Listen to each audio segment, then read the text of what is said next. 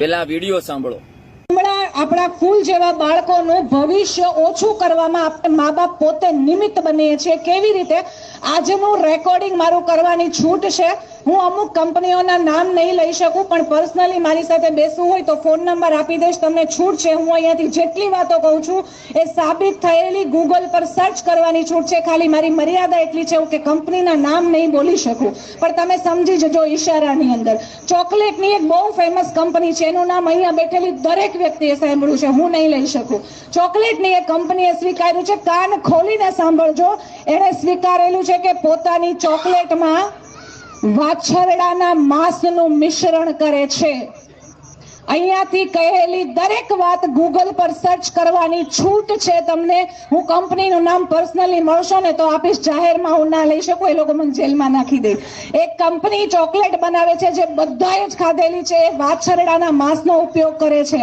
Face પર લગાવવાનું એક ક્રીમ આવે છે, એનું નામ પણ નહીં લઉં હું, એમાં ડુક્કરની ચરબીનું તેલ છે। મારી પાસે પ્રૂફ છે, તમને જોઈતા હોય તો હું આપીશ। એલોપેથિક દવાઓ ખાઈએ છીએ, ઝેર છે। એક બીમારીને દવા દબાવે છે, બીજી બે નવી બીમારીઓ ઊભી કરે છે। સાબુ જે સવારે ઉઠીને ઘસીને નાહીએ છીએ, કેમિકલથી ભરપૂર છે, કેન્સર માટેનું બહુ મોટું રીઝન છે। ઠંડા પીણા જેમાં 21 જુદા જુદા કેમિકલ છે। અને આ તમને હેરાનીની વાત કહું, આપણા સંસદ છે ને, ભારતની જે સંસદ હોય એની કેન્ટીનમાં ઠંડા પીણા વેચવા પર પ્રતિબંધ છે, અને આખા ભારત દેશમાં ભરપૂર વેચાય છે। કેટલી ગજબની વાત છે! સંસદની કેન્ટીનમાં બેન છે, ના વેચી શકો ઠંડા પીણા, અને આખા દેશમાં વેચાય છે। હેલ્થ ટોનિક જે મમ્મીઓ પોતાના બાળકોને સવારે સ્કૂલે જતા પહેલા દૂધમાં આપીને ગૌરવ અનુભવે કે મેં મારા બાળકને XYZ હેલ્થ ટોનિક આપ્યું।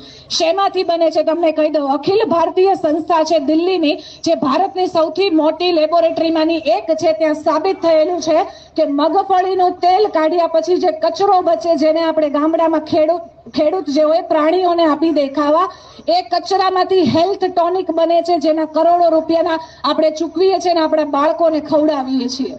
મગફળીનું તેલ કાઢ્યા પછીનો કચરો વધે એની વાત કરું છું।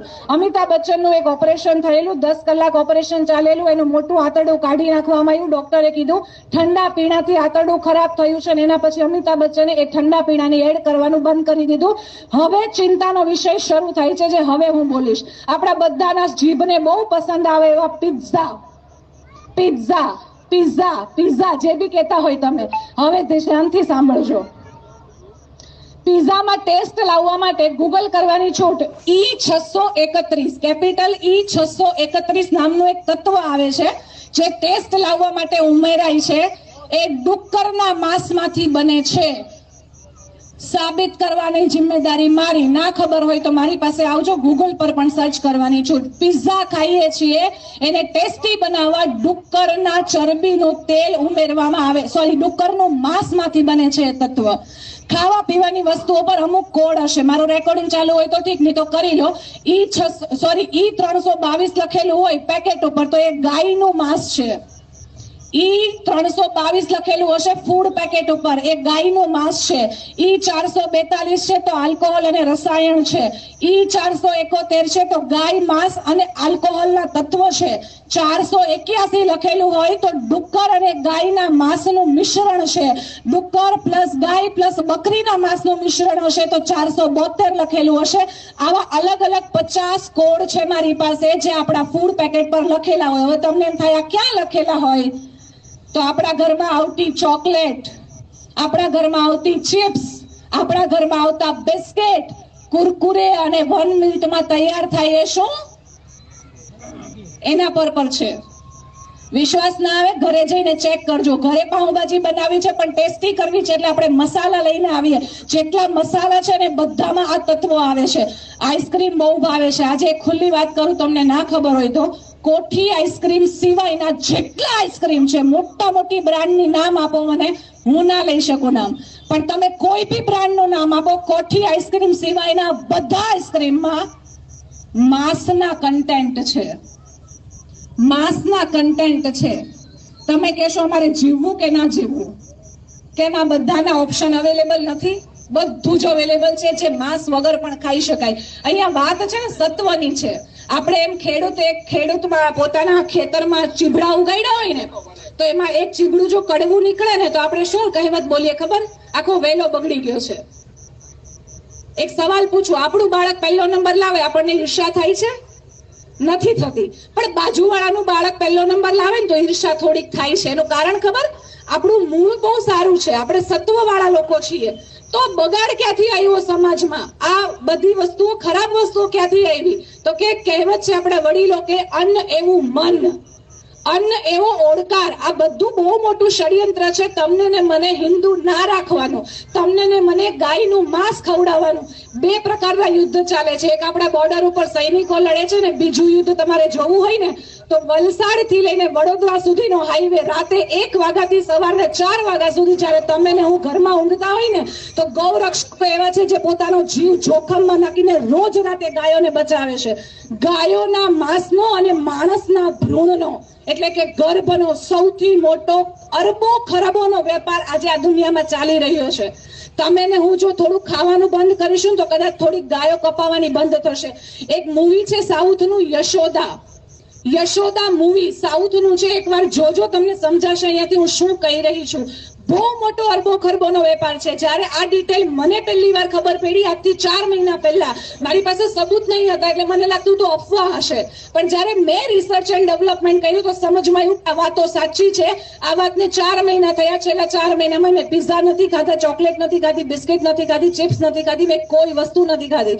મેં ખાવાનું છોડી દીધું. જ્યારે બી મારી સામે હવે કદાચ મન થાય ને તો હું સવાલ પૂછું, હું હિન્દુ છું, હું શાકાહારી છું, શું હું ઈચ્છું કે ગાયનું માંસ ખાઉં? છું તમે ઈચ્છો તમારું બાળક ગાયનું માંસ ખાય? દેખાતું નથી પણ એ વેફરમાં છે, દેખાતું નથી ચોકલેટ બિસ્કિટમાં એના તત્વો છે. આ કાન આમ નથી પકડાવતા, આમ પકડાવે છે. ડાયરેક્ટ ખબર ના પડે એટલે એના સાયન્ટિફિક નામ લખેલા છે, E3020 આવા અલગ અલગ નામ આપેલા છે. તો સવાલ છે કે શું આપણે હિન્દુ છીએ? અને જો હિન્દુ હોય તો આ બધું ના ખવડાવવું જોઈએ. તમને એવું લાગે બાળકો રહે જ નહીં? કોણે કીધું ના રે? મારો 2.5 વર્ષનો છોકરો છે, 2.5 વર્ષનો. અહીંયા સામે અત્યારે લાવું તમે એને ચોકલેટ બિસ્કિટ ચિપ્સ બતાવશો એટલે એમ કહેશે છી, નો. એને ટેસ્ટ નથી કર્યું. ચોકલેટ, બિસ્કિટ, વેફર, ઠંડા પીણા, આઈસ્ક્રીમ. ઘરમાં 10 લોકો બેસીને આઈસ્ક્રીમ ખાતા હોય ને બાજુમાં ઉભો હશે એમ બોલશે છી, આ બધા ગાંડા કહેવાય છે ખાય ને, એવું એ બોલે છે. 2.5 વર્ષનો છે.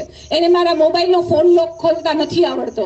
મારા ઘરમાં ટીવી નથી. તમે કહેશો કેવી રીતે જીવાય? મારા ઘરમાં ફ્રીજ નથી. મેં બહુ બધી ફોરેન ટ્રીપ કરી છે, આખા ભારતમાં ફરી છું, ઇન્ડિપેન્ડન્ટ છું, પોતાના દમ પર ઘર લીધું છે, ગાડી લીધી છે, મારો બિઝનેસ કરું છું, 47 નંબરનો સ્ટોર મારો હતો, તમે વિઝિટ માટે આવ્યા હશો, ખબર હશે. પણ મારા ઘરમાં ફ્રીજ નથી, હું નથી વાપરતી. કાર્બન ડાયોક્સાઇડ શરીરમાંથી બહાર કાઢીએ છીએ, ઝેરી તત્વ છે, ઝેરી વાયુ છે, અને ફ્રીજમાં એ જ કાર્બન ડાયોક્સાઇડ થી આપણી વસ્તુઓ ઠંડી થાય છે ને એને આપણે ખાઈએ છીએ. તમે કહેશો કેવી રીતે રહે વસ્તુ? આપણા બાપ દાદાઓ ફ્રીજ વગર વસ્તુઓ કેવી રીતે રાખતા? રહેતી ને, આજે પણ રહી છે, મારા ઘરમાં રહી છે. કહેવાનો મતલબ એટલો છે હંમેશા આપણી પાસે ચોઈસ હોય છે કરવું કે ના કરવું. આયુર્વેદા તરફ જઈએ, ઓર્ગેનિક વસ્તુ તરફ જઈએ. એક નાનકડો આંકડો કહીને વાત પૂરી કરીશ. ભારતના 135 કરોડ લોકોની આબાદી છે. બહુ ધ્યાનથી સમજો. 135 કરોડની આબાદી છે. રોજના ખાલી 10% લોકો, કેટલા? 10% લોકો, 135 માંથી 10% લોકો જો રોજનું ખાલી 10 રૂપિયાના ફ્રૂટનું જ્યુસ પીવે તો શું થાય ખબર છે? મહિનાના 3,900 કરોડ રૂપિયા દેશમાં જ રહેશે, બહાર નહીં જાય. મહિનાના કેટલા? 3,900 કરોડ રૂપિયા. અને એક બીજી તમને આંધળું અનુકરણ પશ્ચિમનું, જે ઠંડા પીણા આપણે ઝેર પીએ છીએ ને એનાથી શું થાય છે? રાઈટ નાઉ રોજના 7,000 કરોડ રૂપિયા, મહિનાના નથી કેતી, કેટલા કહું છું? રોજના 7,000 કરોડ રૂપિયા વિદેશી કંપનીઓ ઠંડા પીણાના નામે આપણને ઝેર પીવડાવીને આપણા દેશમાંથી લૂંટીને લઈ જાય છે. અગર આપણે શેરડીનો જ્યુસ પીશું, રસ, ફ્રૂટનો જ્યુસ પીશું, નારિયેળનું પાણી પીશું ને તો અરબો ખરબો રૂપિયા આપણા ખેડૂતોને મળશે. આત્મહત્યા નહીં કરે એ ઉપર આવશે ને ભારતના પૈસા ભારતમાં રહેશે. આ ખાલી તમારા દિલમાં સવાલ નાખવા માટે વાત છેડી હતી. બાકી મારો એક ફોન નંબર લખી લો. આ ટોપિકમાં તમને કઈ બી ચર્ચા કરવી છે, તમે કહેતા હોય કે તમે કીધું એ ખોટું છે, આઈસ્ક્રીમમાં ના હોય ને આમાં ના હોય, મારો ફોન નંબર આપું છો, આવીને મારી પાસે બેસો. ઓપન ચેલેન્જ છે, જે મેં કીધું છે ને 100% સાચું ના નીકળે તો હું કયો ને હારી જવા તૈયાર છું. ફોન નંબર લખવો હોય તો લખી શકો છો 8000516661. ફરીવાર બોલું છું 8000516661. વૈશાલી મારું નામ છે. અને તમે કહેતા હોય કે આ બધું મારે છોડવું છે, કેવી રીતે, બીજું એને શું અપનાવું બદલામાં, એનું પણ સોલ્યુશન છે મારી પાસે. એની ટાઈમ કોલ કરો, કોઈ પણ પ્રકારની મદદ જોઈએ મળી જશે.